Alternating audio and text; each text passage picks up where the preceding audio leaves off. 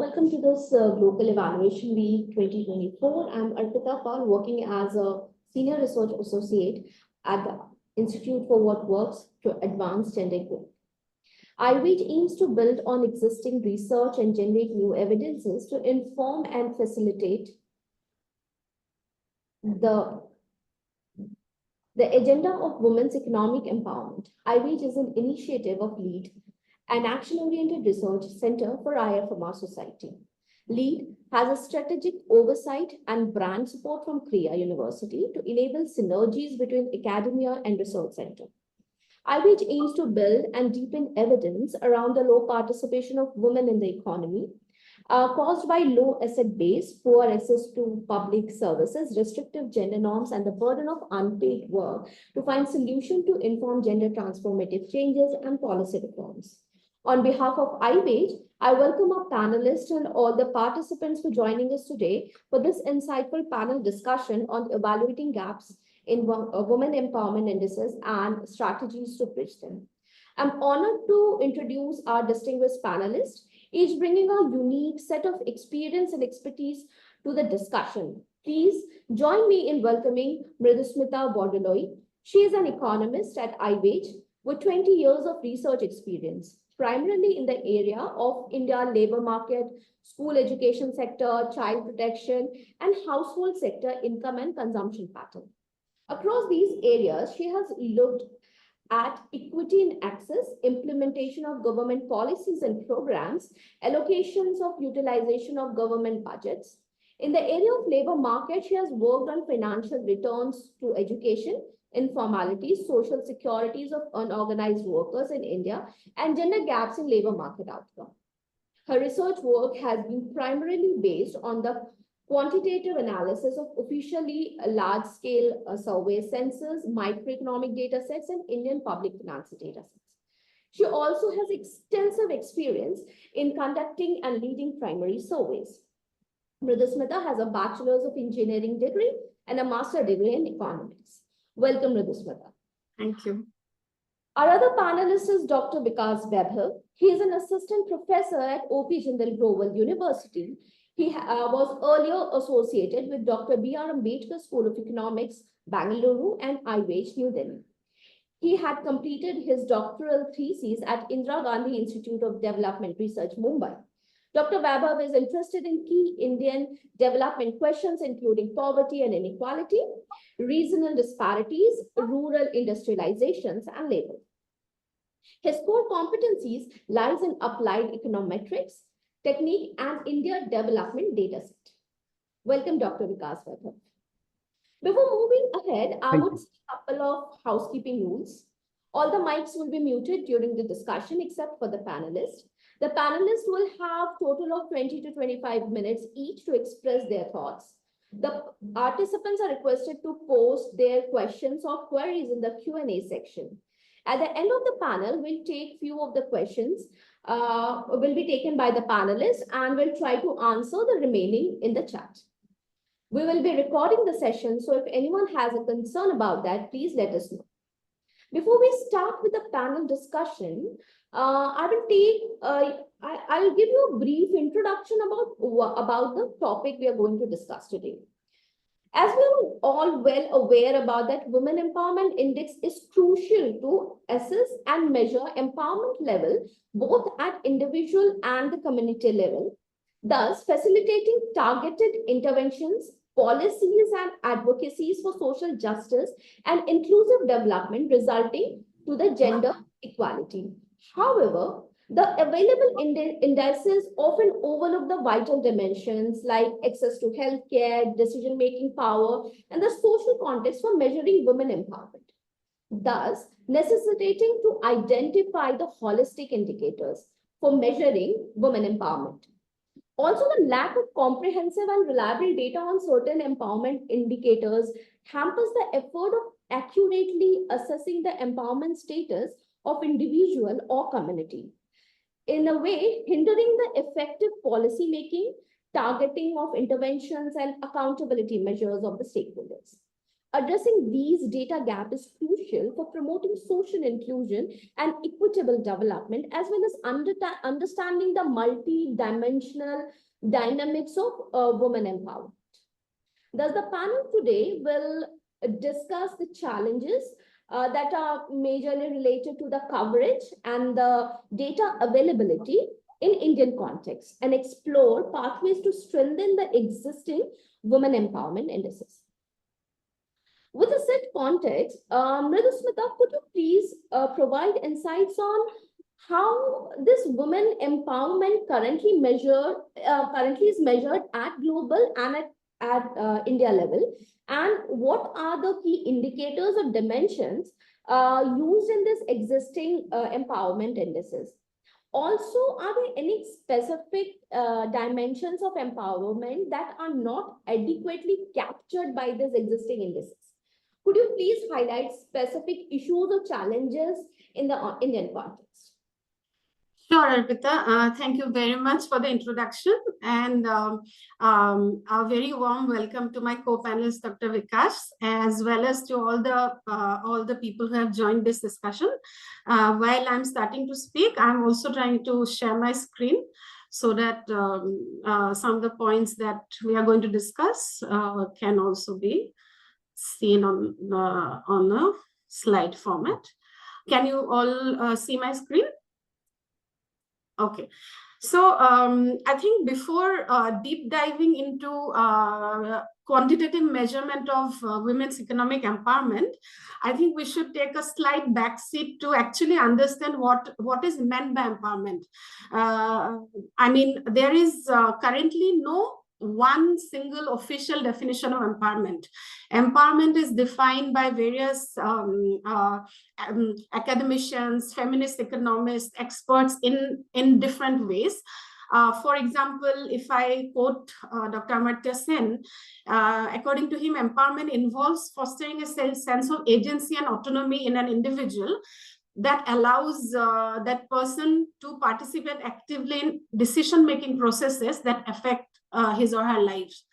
Similarly, academician, a very renowned feminist economist, Dr. Nela Kabir, according to her, empowerment is expansion of people's ability to make strategic life choices in a context where this ability was previously not available to that person. Right? Similarly, there are many definitions of empowerment. However, when we go through these various definitions, there are certain common dimensions that come to light. For example, empowerment is very strongly associated with agency, making life choices, autonomy, participation in decision-making, etc. So, so there are actually multiple dimensions of empowerment. It is not only about economic empowerment. It is also about social empowerment, political empowerment, and also psychological empowerment. And therefore, when we talk about measures of empowerment, it should include, individual measures, household level situations, and also community level indicators. Now, coming to our topic today, why we are focusing on women's empowerment is because of the very fact that traditionally many of these common dimensions of empowerment, whether it's autonomy, decision-making, etc., was denied to women much more than men. So in that context, women's empowerment is very, very important.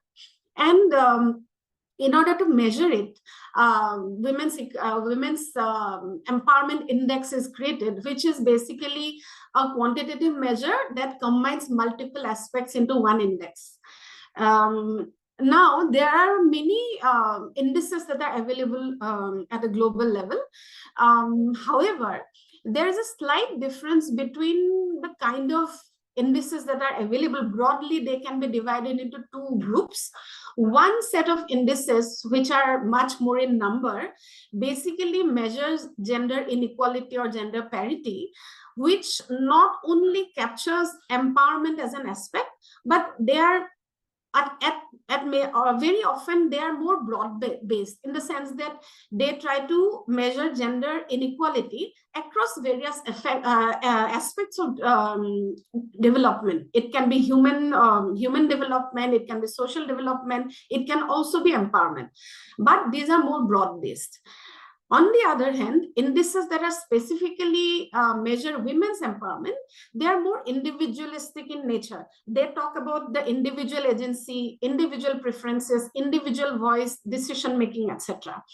However, as we go on, you will see that it's sometimes very difficult to keep a clear-cut differentiation between an index of gender inequality as compared to an index of women empowerment. I wanted to give you a few examples. It is not an exhaustive list, but a few examples of global indices on women empowerment or gender parity. One of the latest indices, was published by UN Women and UNDP. It's called Twin Indices on Women Empowerment and Gender Parity. Basically, there are two indices. One is called Women Empowerment Index. The other is called Global Gender Parity Index. Now, as I said, while the Women Empowerment Index focuses solely on women, measuring their power, their freedom to make choices, etc., Global Gender Parity Index compares the status of women as compared to men across various dimensions. Now, they also make this point that the whole rationale behind publishing these two indices side by side is the fact that women's or girls' full potential cannot be realized unless women's rights and opportunities remain equal to that of men. If these are unequal, then there is no point of talking about women empowerment, and therefore gender parity is equally important, or it is in the context when we talk about women's empowerment index. Similarly, I think we've all heard about Human Development Report. Every year, UNDP comes out with the Human Development Report. So apart from the HDI, which is the Core Human Development Index, there are two indices which are related to gender. One is called Gender Development Index, and the other is called Gender Inequality Index, which I will also explain a bit in detail. Then you have another global index called Global Gender Gap Index. It is published by World Economic Forum. The latest one was published as of 2023. Again, it captures 4 or 5 dimensions. One is economic opportunities, education, health, and political leadership, and accordingly indicators are included. There's another specific index on women empowerment. It's called Women Empowerment in Agriculture. It was published sometime back by USAID and IFPRI. It is specifically related to the agriculture sector. It has a lot of indicators around, control over use of income, time allocation, access to decision-making power, decisions about agriculture production that women can take, etc. Now, let us go a little deeper into the first set of indices that I have talked about, which is called twin indices. One is on women empowerment, and the other is called Global Gender Parity Index. It was published as part of the UN Women and UNDP report called Path to Equal in 2023. Now, as you can see, what I have done is I have tried to list the variables or the indicators that are included within these two broad indices. Now, when we look at Women Empowerment Index, there are broadly 5 dimensions. First is life and good health. The second is education, skill building, and knowledge. Third is labor and financial inclusion. Then participation in decision making, and then freedom from violence. Now, there's a difference between the GGPI and WEI. As you can see, WEI has certain indicators that are individual level, that are specific to women. For example, within life and good health, both the indicators are with respect to women. One is women of reproductive age whose need for family planning is satisfied with modern methods. That means they can access modern family planning methods. The other is adolescent birth rate. Similarly, at the end, you can see there is an indicator within the dimension called freedom from violence, where we measure women and girls who are subjected to physical or sexual violence by a current or a formal intimate partner in the previous 1 year. Now, as you can see, I just want to highlight the difference between the two set of indices.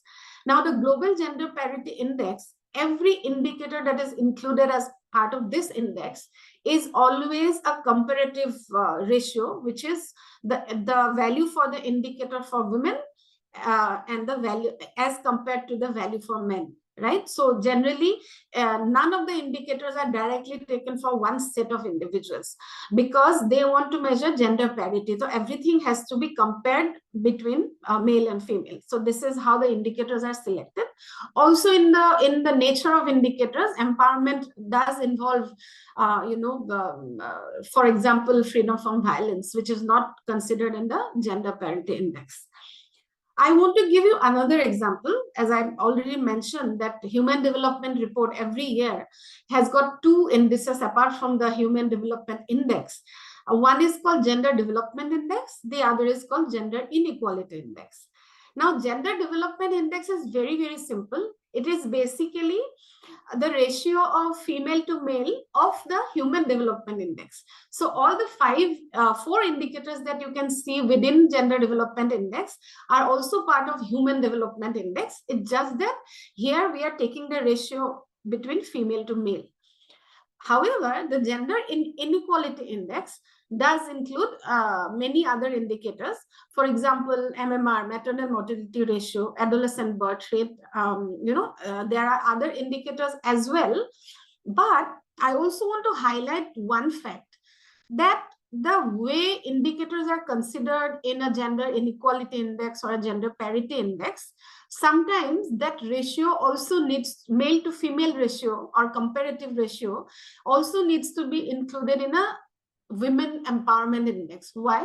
Because some of the indicators are only meaningful when we compare a female status with male. For example, when we talk about wage levels or wage inequality, if we just take an indicator that measures average wage for women, then it might not make sense unless we compare it with average wage levels of men, so that we know that how much gender gap exists in the average wages that male and female earn.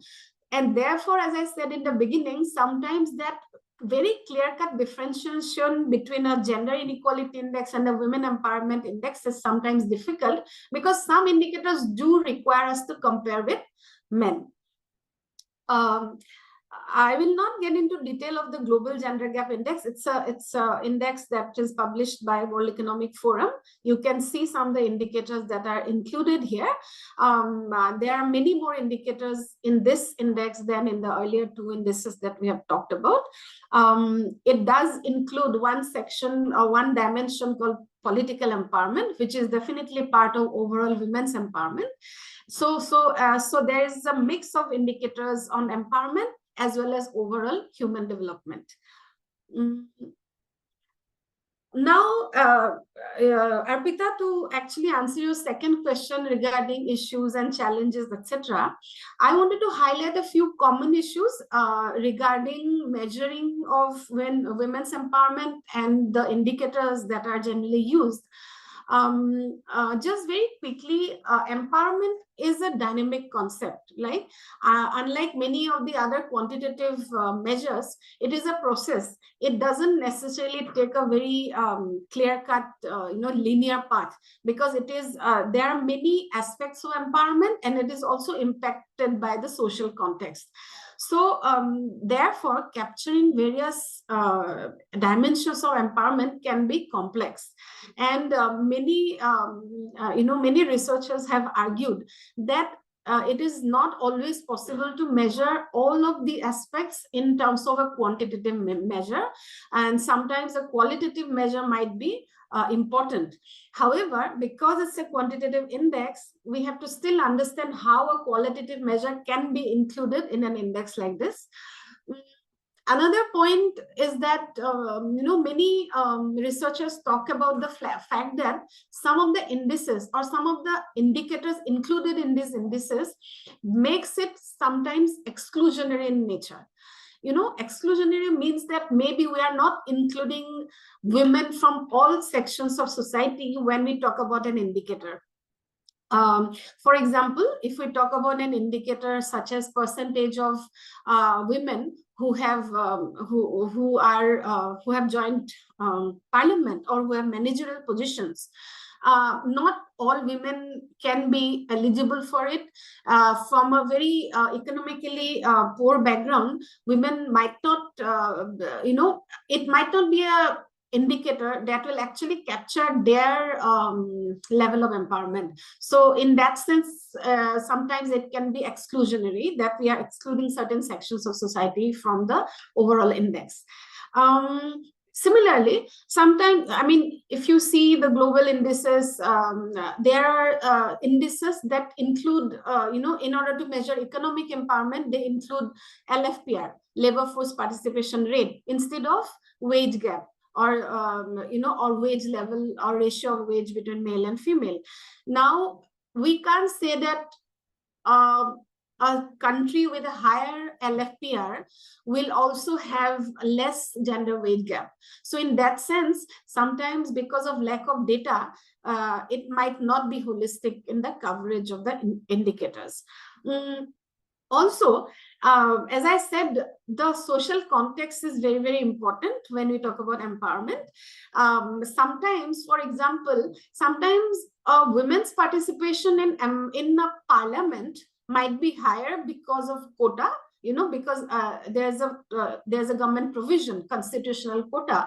But then in another country, it might be the fact that the percentage of women joining parliament is exactly similar to the earlier country, but there is no quota. So that might mean a very different social context. So then actually women might be more empowered in the second country than the first. But then when we use a quantitative measure, it is very difficult to differentiate between the two, and also difficult to include the context in which the indicators are being considered. I also wanted to highlight another point, which is personal autonomy. As I said in the beginning, in the definition of empowerment, autonomy is an integral part. Now, I wanted to give you an example from India. So National Family Health Survey, the latest round, does capture financial, women who have autonomy over financial matters or can make decisions over financial matters.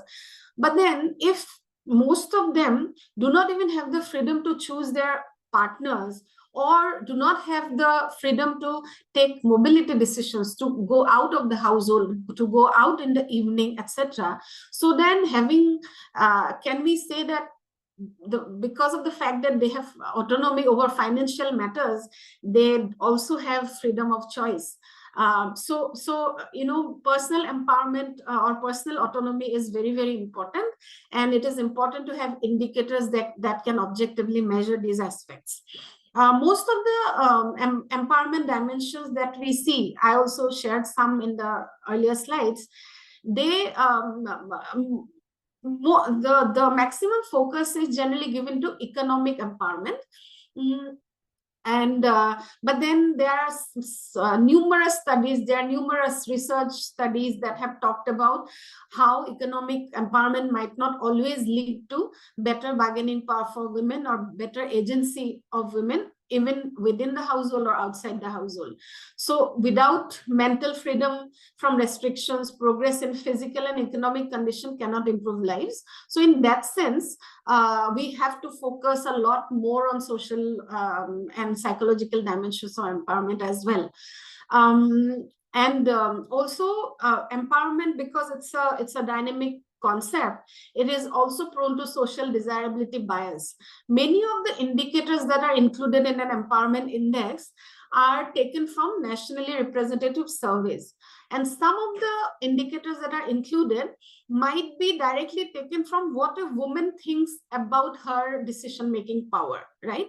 So sometimes a woman might say that, okay, I can take financial decisions, but then she might be saying that in a relative manner, because in that society, maybe or in that household, maybe she can only contribute to very, very small financial decisions, but not in all kinds of financial decisions. So, and also a woman might think that she is empowered because that is how she thinks that the current society has accepted her choices, right? So then it is also prone to social desirability bias. It is very difficult to sometimes measure it in an objective manner. Also, the fact that, I mean, it is because it is so complex, it is important to keep a fine balance between some of these objective standards that lie outside the localized, context, versus some of the aspects that come because of the gender subordination in that specific country or in that specific area where the index is being measured. So it's very important to also take into account all of these aspects when measuring empowerment. I wanted to specifically come to India's context. I mean, all the indices that I have talked about at a national level, India does appear in all of those indices, like whether it's Human Development Report, the 2 gender indices, whether it's the twin indices by UN Women and UNDP, or the World Economic Forum Index. In all of these indices, India appears as a nation. So India as a country. However, if we talk about state comparable indices, like how women's empowerment fares across various states in India, then currently we do not have any index on so-called women's empowerment. What we have is that at the state level, we definitely have the Human Development Index and the 2 gender indices within the Human Development Report, which was last published much before by Planning Commission in 2001-2002, and then I think UNDP also published another version of it for a few Indian states for the 12th Finance Commission. But since then, there has been no publication of Human Development Report that actually talks about these 2 gender-based indices at a state level. Sorry. And then currently what we have is Niti Aayog has published something called SDG India Index, which has the index for all states and UTs in India. It has, I think, till now published 3 versions of it, starting from 2018-19. The latest was one 2020-21. And it has the SDG index for all states and UTs. It also has the individual SDG indices for every SDG for all states and UTs. So in that context, SDG 5, which is the Gender Equality Index, that is computed for all states and UTs, and 9 indicators are identified to capture this index. And this is the closest we currently have in terms of some of the aspects of women empowerment that is covered within the SDG 5 index, which I have just tried to list the indicators here. And you will see that why I am saying that some of the aspects of women empowerment are included in this index is because it actually talks about, for instance, operational land holding, percentage of women who have operational land holdings. Similarly, it talks about female to male ratio of average wage for those who are regular salaried workers. Similarly, crime rates against women.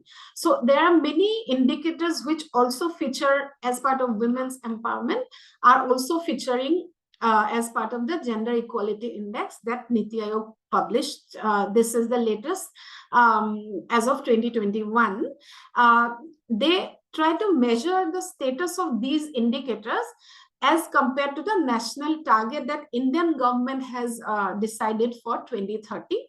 Many of these national targets are actually similar to the SDG global targets. However, some of the targets are decided at a country level because of the country context. For example, sex ratio as birth has been set at 964 as of 2021 for 2030 because it is based on the various indicators that Census of India and Registrar General of India measures, including various indicators related to fertility rate, birth rate, etc. So in India's context, this is a good target. Similarly, proportion of women in managerial positions for India, it is being currently set at 245 per 1,000 persons. Like that. So this is a national target, but in sync with the SDG 2030 goal. So I think I will stop here for now, and I can come back if required again.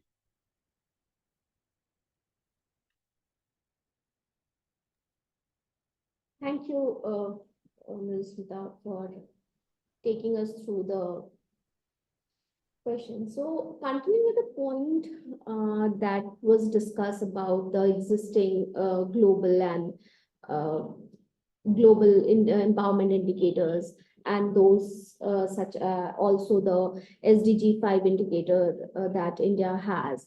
I would request Dr. Webber if you could elaborate the limitations of the data availability or the quality that hinders the accuracy of the existing empowerment indices. Also, what innovative approaches or methodologies could be explored to enhance this comprehensiveness and accuracy of the empowerment, women empowerment measurements in India? Thank you, Arpita. Thanks a lot. And thanks a lot, Smita, for setting the stage for me. In fact, many of the things I would not be able to cover you have already covered. So I'm at a much better situation. Okay, so there is one caveat before I start. So I have treated gender-related various indices, gender and women-related, rather than just just empowerment indices.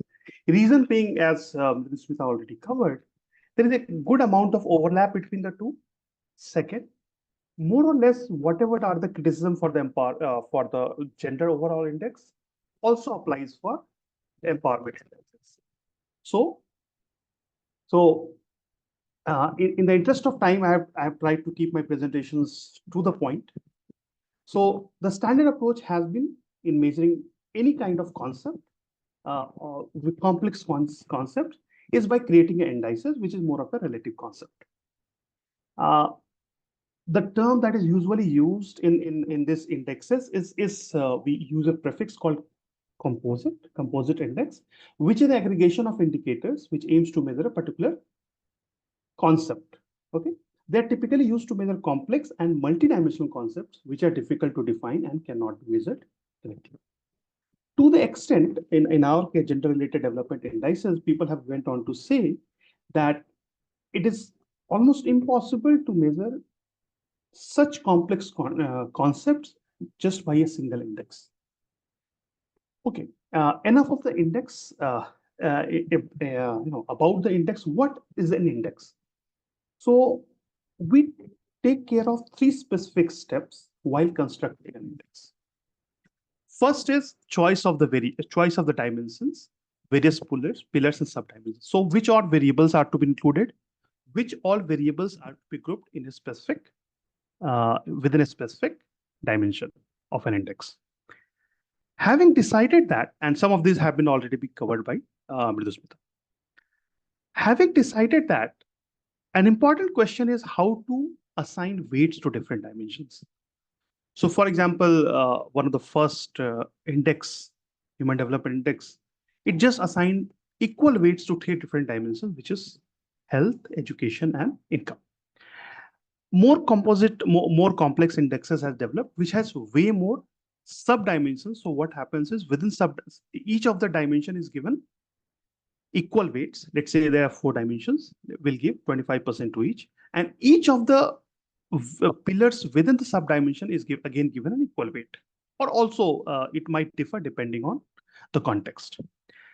Having decided these two, the third aspect is just to aggregate. How do we go about aggregating? Is usually done using arithmetic mean or geometric mean. In some of the aspects, something called principal component analysis or factor analysis have been used.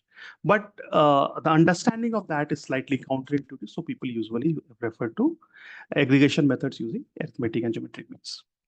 Now, there is a very interesting tool, and I have worked on it, developed by JRC, that is Joint Research Commission by the European Union / OECD, which is called Coin tool, Coin for composite index.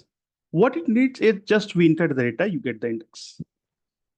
For SDGs, I was a part of that, and we just entered the numbers, and we got the index, including the ranks of the states.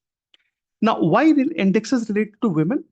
One of the very important point is they have a unique position in society as it cuts across various other hierarchies, which is caste, class, religion, region, and households.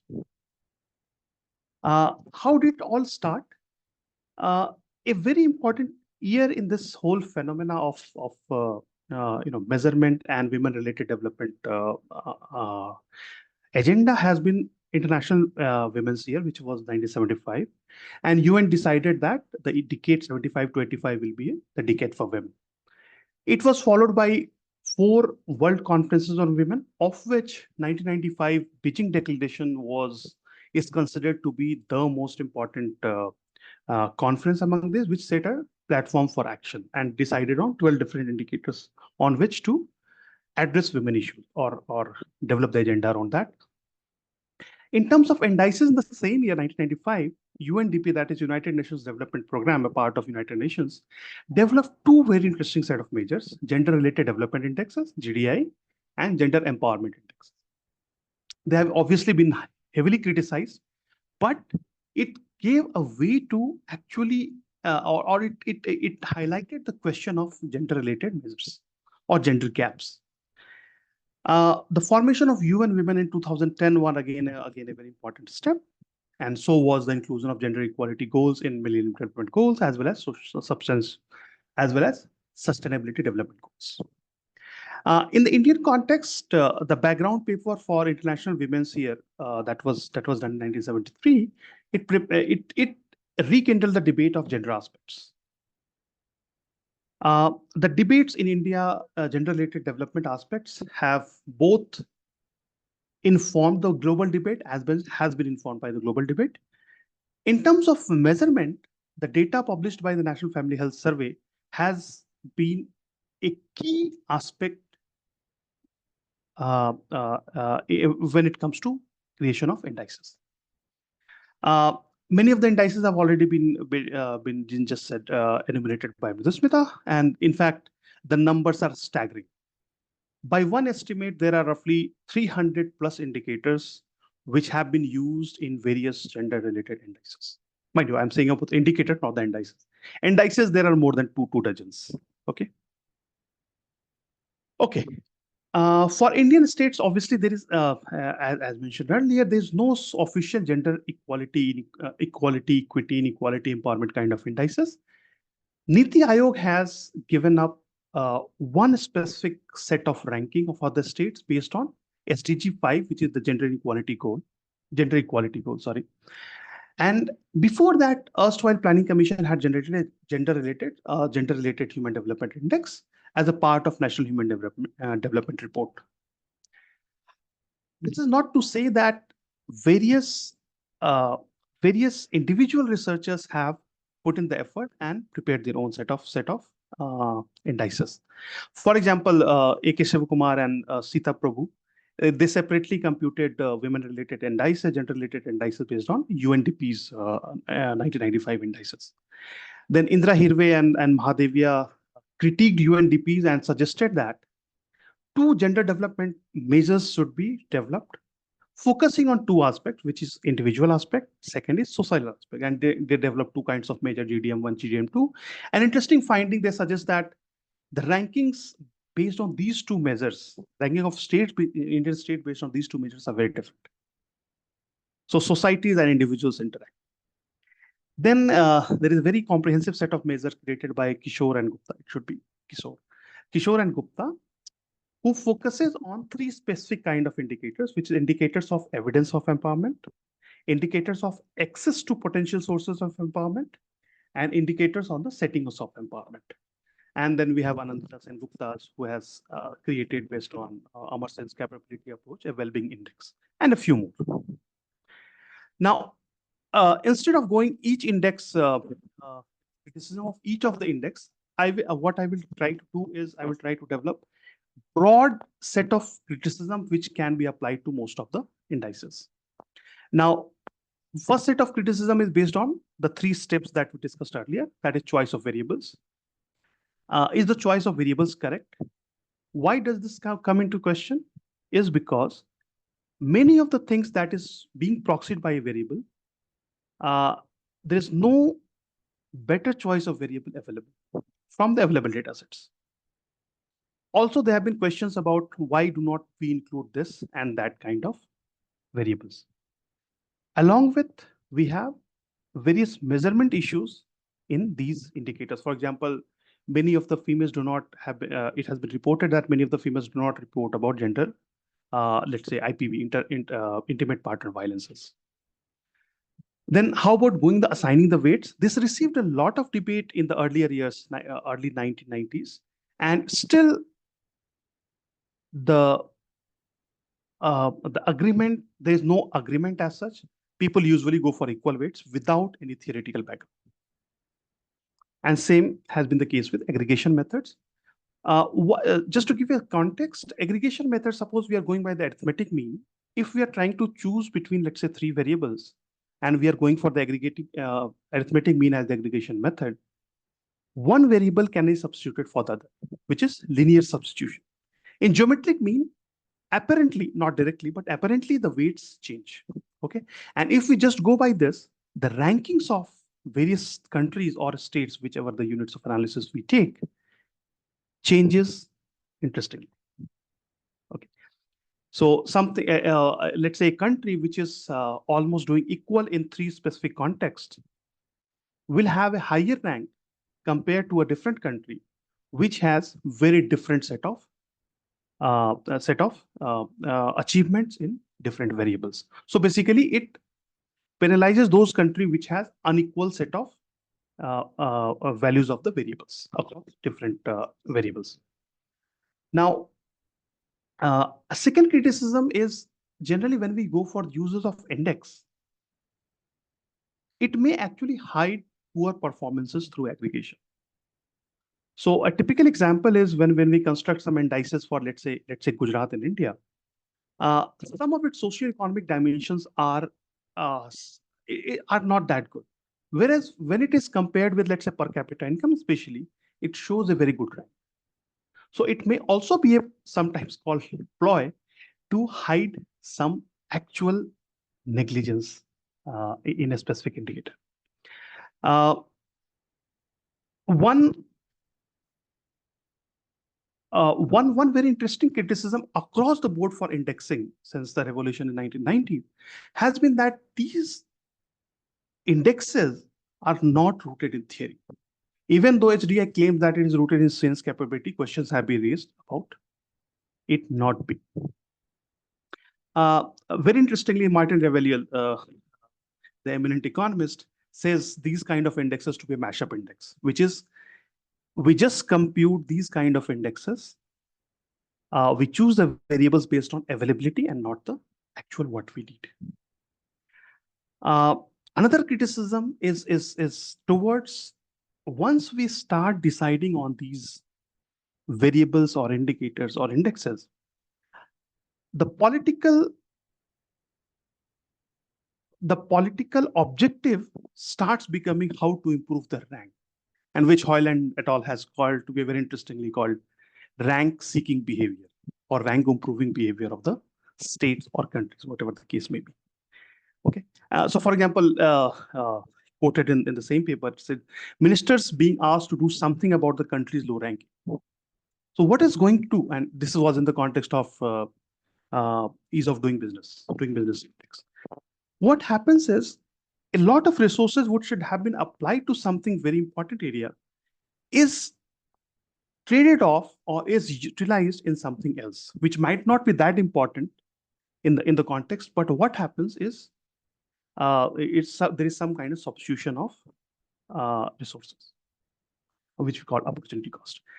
Um, and criticism has been about the usefulness of index at all, whether these indices have been of any use for policies, and there are credible comments, credible criticisms about it.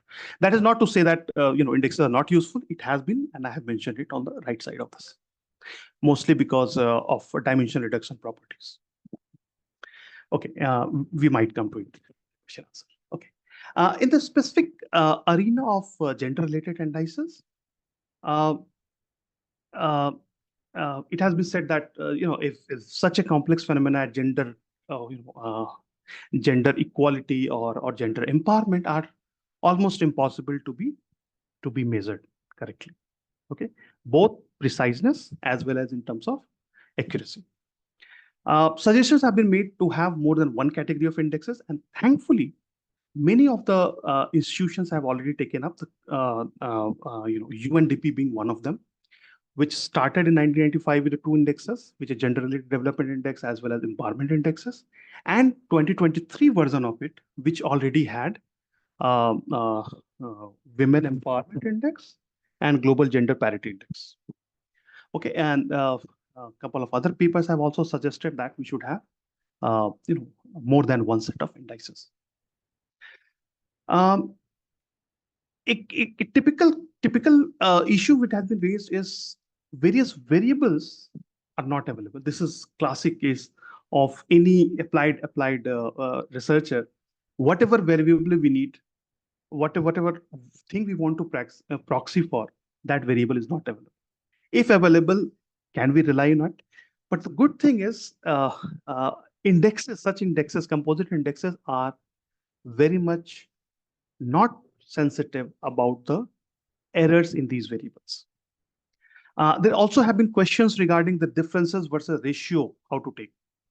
So should we take male-female difference, let's say in terms of wage rate, or ratio of that? And that many times have been shown to have changed the rankings of constituent states or countries. Uh, uh, if we are interested, Hawken and Monk has provided a very comprehensive set of criticism for five of these indices, as mentioned here, and the criticism they make is these indexes actually measure something different that they claim to measure. Parmanier comprehensive critiques the UNDP's Global Inequality Index measure, which was built up by the UNDP as a lot of criticism was received for earlier the year to GDI and GM measures on the account of excessive complicated functional forms. Smith and Elliott provides a critique of one of the most comprehensive set of indexes, which is European Institutes, Gender Institutes, which computes indexes for EU 28 countries. In my understanding, there could be some suggestions for improvement, though I do not claim to be an expert on that. I have worked something on it, but yeah, in almost all gender-related measures, intersectionality is a very important part, and in Indian context, class is a very important aspect. And obviously, since it's not a global kind of thing, this has been missing from the global indices. So if we want to try, obviously we do not have an official way to do it. Intersectionality of caste, especially the caste thing, needs to be taken into account. One index which has done, not obviously in terms of women related, is something called Social Development Index, which improved upon the Human Development Index in 2006. One thing which draws across indexes, women indexes, as the Indian case, is theory needs to catch up with the index. We do not have very good theories which back up these indexes. One very interesting thing which has come up is the trade-offs involved in various dimensions we say is not discussed at all. It is not recognized, it is not discussed. Let me give an example. So there is a very interesting paper by Soumya Dhanraj and Vidya Mahambre. Now, they try to put in women's objective function, domestic violence and employment. And the background for it is women who are, those locations, those regions of India where women are more employed are also the same locations where there is more domestic violence. In the setting developed by them, Soumya Dhanraj and Vidya, they try to argue that it is because there is some kind of disutility in the social norm coming from being employed, going outside to work. To justify that or to take care of that, they justify domestic violence. Now, how do we capture that? I don't know. Okay, but these kind of things needs to be put in. We understand lower domestic violence is good, higher employment is better. But this is where there is some kind of trade-off involved. This is again a very interesting point, which is funds should not be tied to performance on the specific measure, which can be easily targeted. And the case of ease of doing business or EODB or DBI has shown it. Countries have tried to tweak these indexes for their benefit. Also, my observation has been many times in Indian, especially in Indian scenario, we have tried to replicate sub-national indices along the lines of global practices. So, for example, UNDP's GEI and GEM indexes were just taken up and replicated. Now, creating a cross-country kind of indexes have its own because of data-related issues. But when it comes to country-specific, we have way more data set, and this could be and should be employed. One of the simple thing could be just using caste or 4 different hierarchies of caste: SC, STs, OBC, and others. One thing again which is not very much well captured is robustness to methodologies, and there are multiple papers, scores of paper on it, which say that these indices are not robust or are very sensitive to variable choice of variables, assignment of weights, and the aggregation methods. And sharp changes have been obtained by different data sets. Sita Prabhu is a case in Indian context. Now, it is always, whenever such kind of cross-country indices are there, it is always the case that whether willingly or unwillingly, some geopolitical angles are attached. And the cases have been, for example, this Smith and Elliott criticizes that the construction of index, GEI index, penalizes low-income countries. And such thing also needs to be discussed in detail, because the methodology, how does it affect income levels or whatever important variables that is being considered. If the index is amenable to manipulations, one good thing about the composite indexes are they're not so easy to manipulate compared to the indices. So this is, but in some cases when we are going for this arithmetic kind of mean kind of additions, this would be possible. Okay, so what is the meaning of all the things that I said? Or just a few most important key takeaways. To be fair, women-related indexes have been continually improving itself based on various criticisms, strategy, classic cases. The 2 twin indexes developed by UNDP recently. This is an impressive achievement given that the data requirements across countries. And because of this, there is no denying the fact that various gender level statistics have become available. And enthusiasm for index comparison needs to be balanced by clearer warning for and more critical scrutiny from users in terms of both components and methodological robustness. Quite a few such popular indices do not stand up to the such scrutiny. Third, a greater clarity is needed what actually is being measured. Papers have been written which say that what the index claims to measure, it does not actually measure. theory needs to catch up with the measurement and also needs to embrace political, social, and psychological aspects. Obviously, data requirement is a big question, but or data availability is a big question, but it needs to be mentioned clearly and discussed in debates. Fourth, a careful examination of the trade-offs involved between or among various indicators is required. In most cases, these trade-offs are not even recognized or identified.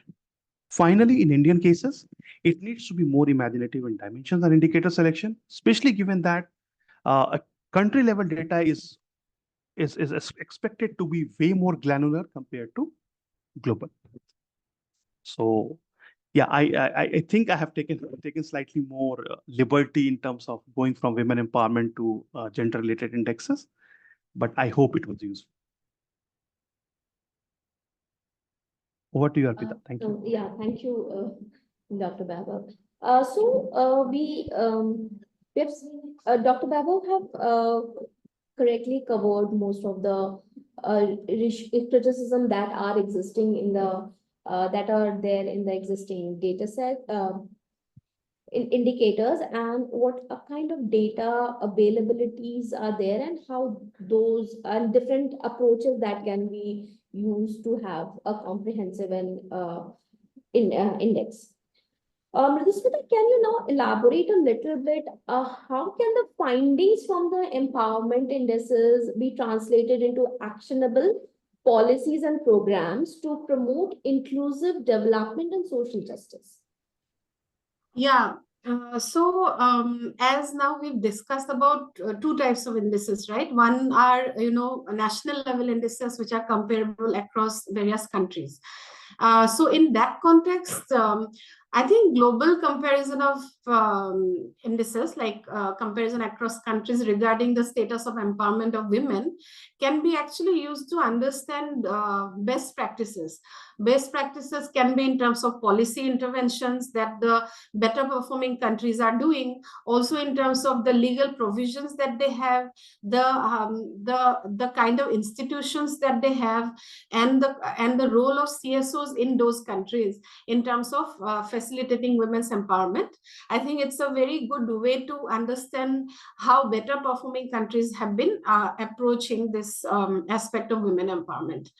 Another very important, I feel, a very important aspect is the increased accountability, because globally so many countries are committed to certain goals, for example, SDG. So then whatever is the score of the index, it doesn't matter. But based on the category where a country falls, whether it's very good, average, lower than average, etc., it reveals certain kind of gap between commitment and the actual status, right? For example, if the target is 100% by 2030, and currently if we are at 50% or 70%, it reveals the gap between what we have committed to and what is our actual status, which is again, I think, helpful in actually holding the government accountable in a positive manner, so that they can have more policy interventions or more rigorous approach to achieve that target for which they are committed to, right? I also feel that based on the indices and based on the various dimensions that are incorporated within an index, it is also possible to identify what are the priorities for any government, so that also funds can be allocated accordingly.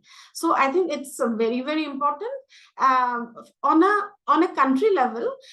For example, if we talk about state level indices, then similarly India is committed to SDG 5, and it talks about ending all kinds of discrimination against women, or ensure their participation in all the key decision-making aspects.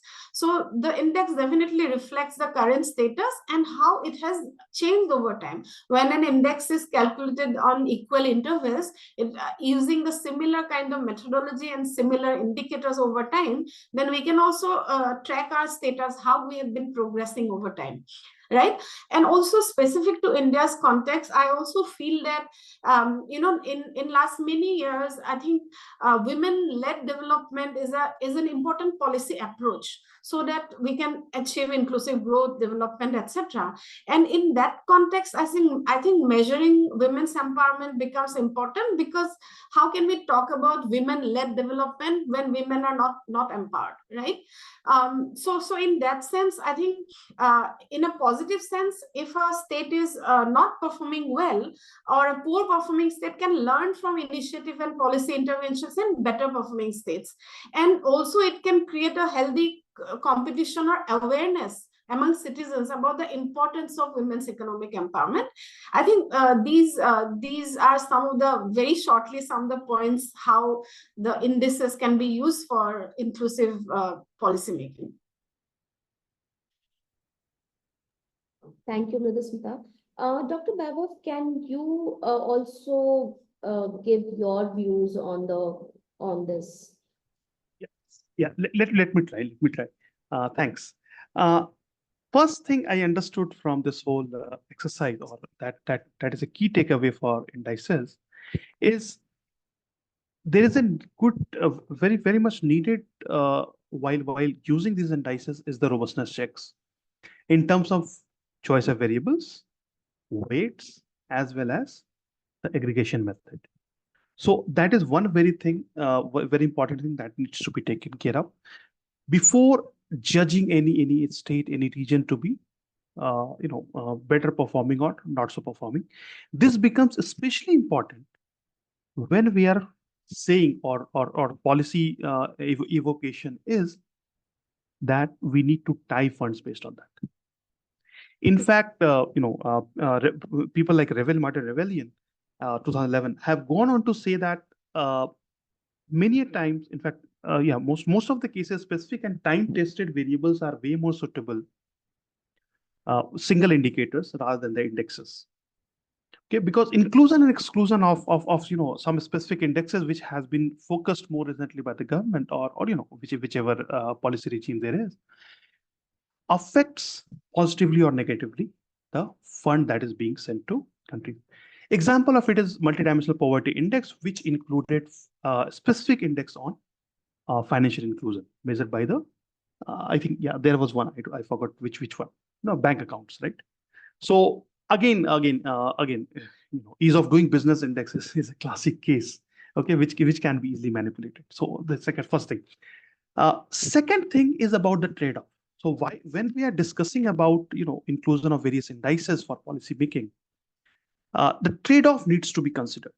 And the questions posed by Soumya Dhanraj and Vidya Mahabari's paper about the trade-off involved between employment, higher employment, and more domestic violence needs to be considered. There's no easy answer to it. A society has to decide for itself, but there's no easy answer. And I think I'll just rest. In fact, tying the fund, let me give you an example for it. Right now, this debate is going to come in next 2 years, because southern states has done immensely good. Southern and western states have done immensely good in terms of population control and various other socioeconomic indicators. But what is going to happen after the next census is that, and if there is a limitation followed by the next population census, there is going to be some debates, in fact, maybe huge debate about how to delimit the constituency, because it has been stopped after 1976 delimitation. Okay, so if those states, northern states, which have not been able to do very well with the population control, they might get more seats. Okay, and this debate is quite active. Neil Kantan has started doing this for last few years, writing the book South versus North. Yeah, thank you. I hope I answered the question, or at least the question. Yeah, thank you so much. Before I open the floor for question and answer, I would conclude the discussion with few points that emerged in this strategy during our discussion in bridging the gap. So, as covered both by Mridusmita and Dr. Vikas, so there's a there's a need of having a well-defined indicator to measure dimensions such as women decision-making autonomies, their decision-making, autonomy, and agency that must be included to create empowerment index. Measuring the indicators are typically challenging. Thus, there should be a fine balance between including standards that lie outside localized gender system, but also recognize the universal elements of the gender subordinations. At present, there is no official state level comparable index on women empowerment in India. However, a few aspects are covered in the SDG gender index. The index needs to be brought closer to theories, and more importantly, theories need to catch up with the indices. Availability and comparability of the data across states and UTs remains a big challenge.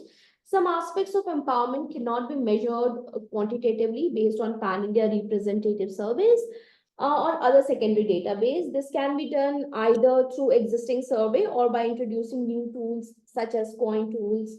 Some crucial uncovered dimensions of empowerment should be measured to create a composite index. Also, India index also the indexes are continuously improving and still need to have methodological robustness in terms of choice of variable, assigning of weights and aggregation methods, and need to be scrutinized. As a clarity, also clarity is needed in what is being measured, and careful examination of the trade-offs involved between indices is also a must. And enthusiasm of index comparison need to be balanced by also for policy point of view, the national level index for global comparison and subnational level index for state level comparisons can help setting priorities and allocating resources accordingly. Thus, by adopting a more inclusive and intersectional approach to measure women empowerment, researchers and policymakers can pave a way to meaningful progress towards gender equality. Now, I would request the participants to start posting questions. Meanwhile, there's a question by, I would request Smita to answer this question. So the targets that are set by India under SDG 5 index for 2030, do you feel that they are informed, realistic, and grounded in reality? Smita, you are muted. Please kindly unmute you. Can you hear me? Yeah. Yeah. So when I had talked about the SDG 5 SDG India index, I had actually talked about the 9 indicators that have been included in the latest NITI Aayog report within the SDG 5 index. So for example, sex ratio at birth, female to male ratio of income of those who are regular salaried employees, crime rate against women, etc., etc. So there were 9 indicators. Out of the 9 indicators, I think 1, 2, 3, 4 or 5 indicators have a very, very clear-cut target, which is exactly matching with SDG. For example, female to male ratio of average salary earnings has to be 1, right? That means that the target is that by 2030, average salary earning of a woman in a particular at a particular level of occupation with a similar educational background should exactly be similar to a male candidate, right? So their target is 1. Similarly, the target for currently married women having access to modern family planning methods is 100%. That means every woman should have access to that. Again, percentage of women who have ever experienced spouse violence has to be 0. Like that, out of the 9 indicators, 5 targets are very, very clear and then exactly ideal target, right? Now, whether we are able to achieve those or not by 2030 is another question. However, there are 3-4 indicators where the target might not be exactly similar to the global target, or sometimes SDG doesn't actually give a global target.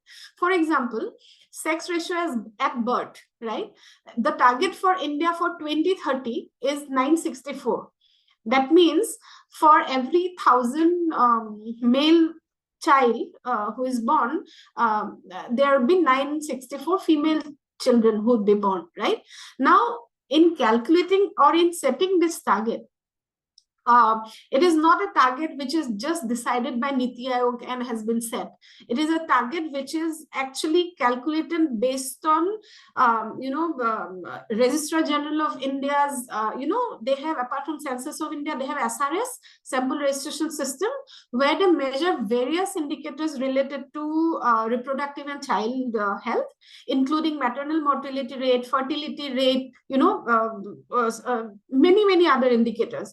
So using those indicators, looking at the trend of past decade, and using a comprehensive modeling exercise, they come to a target whereby they are saying that by 2030, if we achieve this much, this will be a good target for us. Similarly, when we say that women in managerial positions, or at a position where they are directors or boards, or they are at the top position of the listed companies, per 1,000 person there has to be 245 females, right? Now, if we think from a very idealistic perspective, this is definitely not a idealistic target. However, we have to consider what is the current situation, not only in terms of how many women are achieved to reach that level now, but also because it is per 1,000, I think, people, right? Currently, if out of the 100 people working, only 30 are women. So that means by design, it will be less, right? Because it's not that if 100 are working, 50 are men, 50 are women. It's the labor force participation rate is currently very low. It's around 35-37%. So therefore, setting a target which is like 50-50 will be totally wrong, because for that, we also need to increase workforce participation rate. And then we can talk about, okay, those who are working, whether they're reaching the top positions. Definitely, there are so many social norms, employer, discrimination that are in play, right? But then, considering the current situation, not only in terms of this specific indicator, but all the other indicators that impact this indicator, I think for 2030, it's only 5 years. So in that context, the target, I don't think it is a very unrealistic target. I think similarly for others also. Thank you, Madhusmita. There's another question. I would like Dr. Vikas to address this. So the question is, how should we balance the lack of data at a granular level or household level, as theory suggests that indicators at such level reveals more on individual agency? In a national level empowerment index creation, since any granular data would require a much more detailed survey or a larger workforce and budget. How can low performing countries achieve the same? Okay, so thanks Vidhi for the question, and thanks Arpita to just read it out to us. See, in this part, there are two aspects. First, India has a very good set of data. Okay, NFHS is quite comprehensive. In its, there are more than, let's say, 400 variables in National Family Health Survey data sets, and we have other such data sets as well. So, especially in Indian case, there is not much of a problem in terms of having the data. Obviously, whether that data is reported correctly, that is slightly difficult, and I think IWWAGE has been conducting a lot of surveys based on that. Let me put one specific issue in this regard. So I was with IWWAGE in this survey, labor force participation survey, and we were thinking that could it be that lower female participation rate in India, as reported in the national sample surveys, employment and unemployment surveys, could be due to reporting mostly being done by the males? We found that no. The numbers, if we just we surveyed, we in fact sampled females specifically, and found that the labor force participation rate based on only female surveyed as well as NSS were not very different, not statistically different. Okay, so India has decent amount of data. Having said that, in fact, recently Seema Chandran and group has given us wonderful set of insights using newly available data sets, what we call big data sets.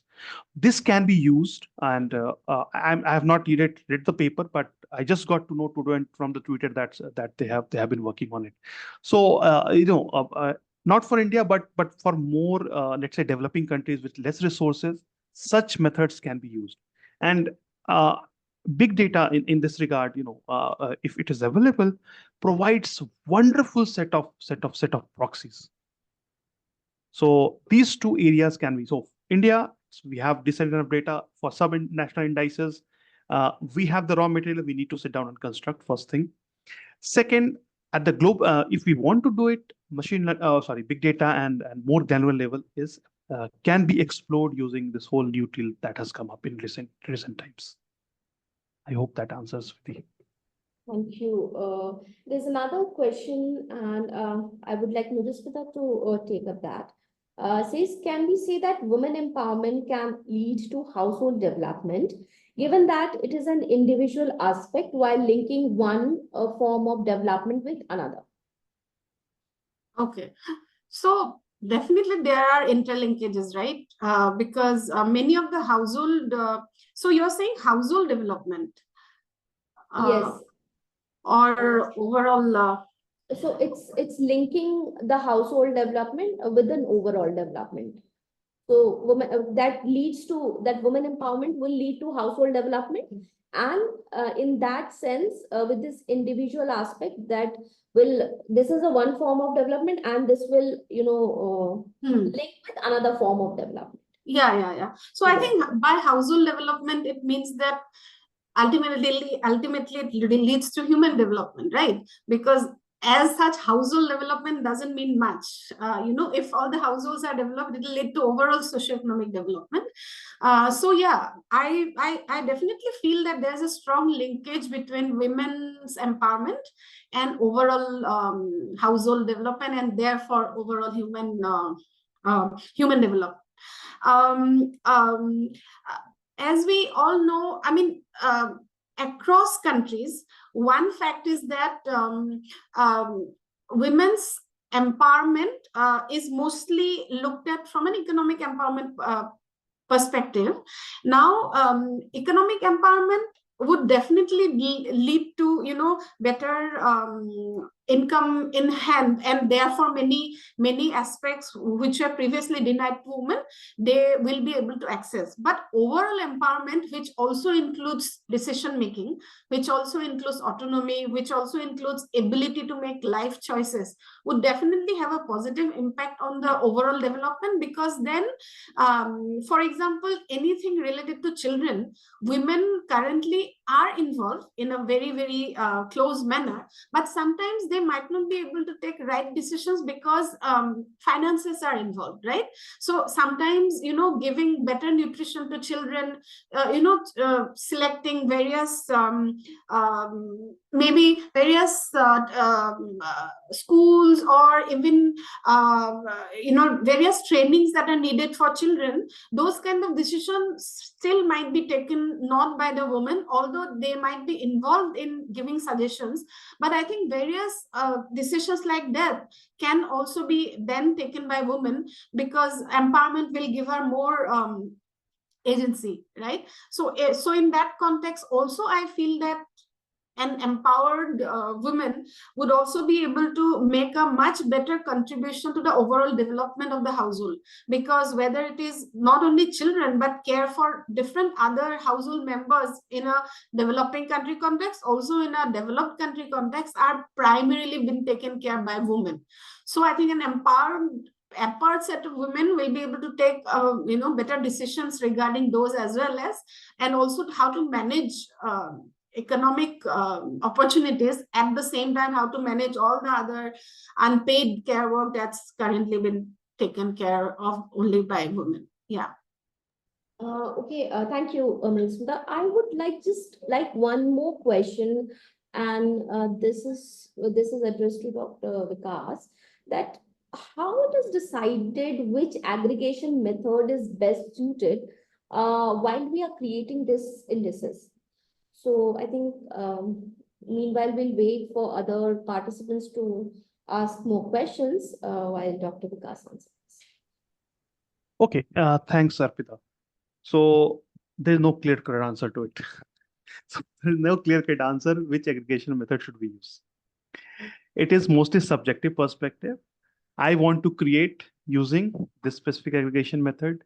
My co-author wants to create a different specific aggregation method. In fact, jovially, I had the good fortune to listen to Lord Meghna Desai and I think one more person who was instrumental in creating the Human Development Index. And they were saying that, and the guy was from, I think, Mahbubullah from Pakistan. So, the choices between which indicator to use, which set of indicator, how much weights to assign and which aggregation method to use was completely subjective. And they were fighting about one set of method gave India as higher rank compared to Pakistan. Other set of indicator gave Pakistan higher rank than India. And the fighting was because of that. I don't know what actually happened in 1990 Human Development Report, but the choice of this aggregation method is subjective. And that is how it creates a lot of subjectivity, and that is why what's the name? Rebellion is very critical of such indexes of development. So I hope that addresses. Yeah. Thanks. Thank you, both of the panelists, Mridusmita and Dr. Vikas, for sharing your invaluable insights on today's discussion. Your contribution has shared on important dimensions and challenges in measuring empowerment, particularly in the context of India and the type of data that's available to measure these indices.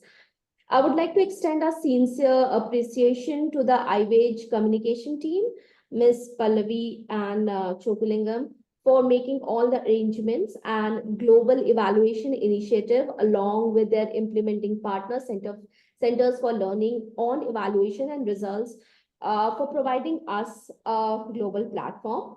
Thank you to the amazing audience for engaging with us and for making this panel discussion a success. As we wrap up today's session, let us reflect on the key takeaways and consider how we can collectively work towards fostering the same. Thank you once again, and we look forward to continuing this important dialogue and work towards contributing to materialize what was discussed today in the near future. Have a wonderful evening. Thank you all. Thank you so much. Thank you. Thank you all. Thank you.